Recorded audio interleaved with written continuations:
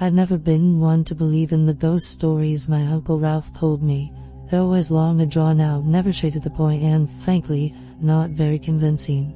Growing up on the Appalachian Trail, he often warned me to be wary of what lurked in the shadows after dark, but being the type of person who needed to see something to believe it, I never paid much attention. That is, until last night. As I write this now, safe and sound in the comfort of my home, I hope that recounting the events of what happened will bring me some peace, but I know that what I experienced will stay with me forever. It was a night that sent shivers down my spine. It made me a firm believer in everything my Uncle Ralph had ever said about the woods. I'd been visiting my Uncle Ralph to pick up the deed to his home. He had been growing sicker by the day, and I knew I needed to act quickly. As I packed up the papers and prepared to leave, Uncle Ralph gave me a serious look. "Are you sure you want to go out there this late?" he asked. "You know how these woods get after dark. They could be downright spooky." I tried to brush off his concern with a light-hearted laugh. "Have to get home, Uncle Ralph," I replied. "My mom will start to worry if I'm not back soon. Besides, it's not like anything's gonna happen." But my uncle didn't seem convinced. "Please, let me give you some advice," he said, and I nodded, and he continued on. "Don't look into the trees.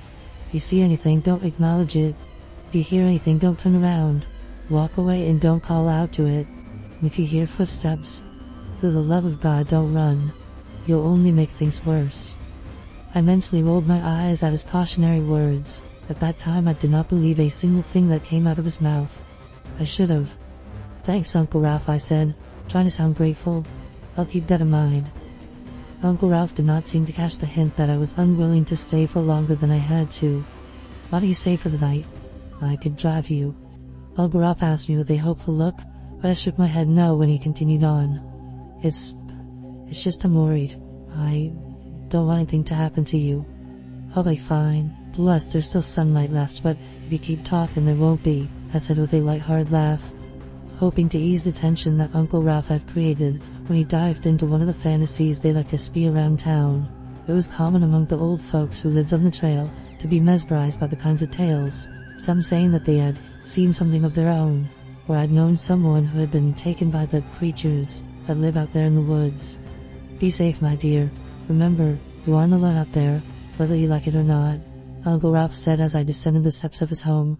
His words sent a shiver down my spine, but I quickly brushed it off, just hoping that I could get home soon and lay in the comfort of my bed. "Bye, Uncle Ralph," I said as I waved. I began my journey into the woods, unprepared for what would come.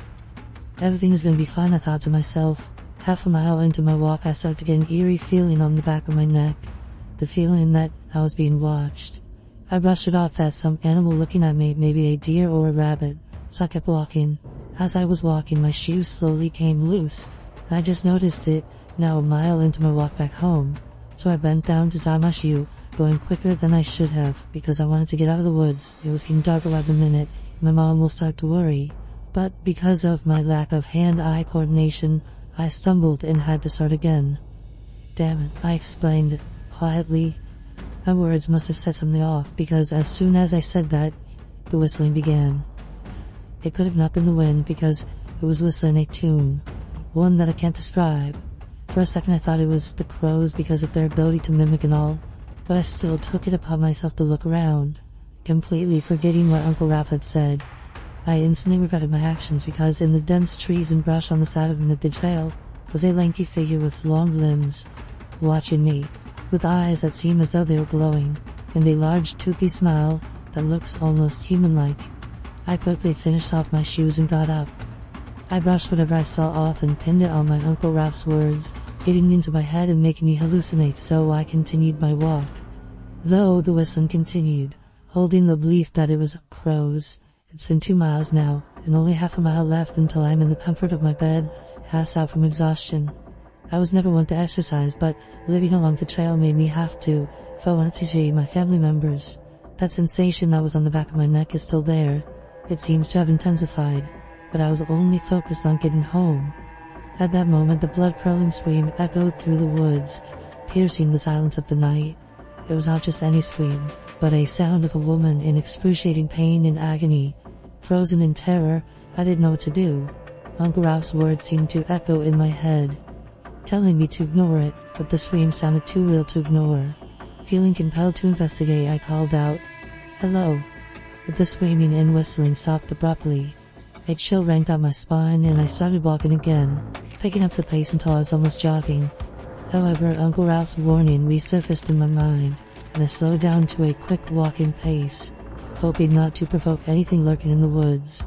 There's only half a mile left, I thought to myself, trying to calm myself down. You're most likely just making things up and trying to scare yourself. I kept my head forward, kept a safe walking pace, and continued my trek home. God damn it, I think to myself, because now there were footsteps that sounded like someone was running, coming up behind me, and it was alarmingly fast. I abandoned everything that Uncle Ralph had told me to do, and I ran. I ran as fast as my legs could take me, without looking back. Whatever was behind me was catching up. I still didn't look back. I just run, and I don't think about anything besides running. I feel hot breath on my neck. It feels rancid, and almost like it'll burn through my skin. Then something sharp digging into the back of my neck, causing searing pain. I cried out in agony, thrashing around and trying to fight it off. After that, I woke up panting and covered in sweat. This false hallucination was just a terrible nightmare. My mind is still shaking. I have no idea how I had gotten home. I was still half a mile away from home. I remember the last thing I wrote in a journal was that it was just all a terrible nightmare. But I was wrong. When I woke up after writing it, I had gone back to the bathroom, and I had this sudden urge to check the back of my neck, so I did. And there they were. Bright red claw marks on the back of my neck. I could have passed out then and there. Uncle Ralph was supposed to come over that day.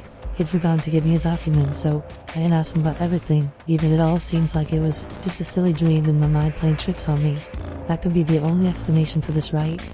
I remember going back to bed, but I remember seeing the figure that was looming in the woods, in my closet, staring at me with his unblinking glowing red eyes and that same toothy smile.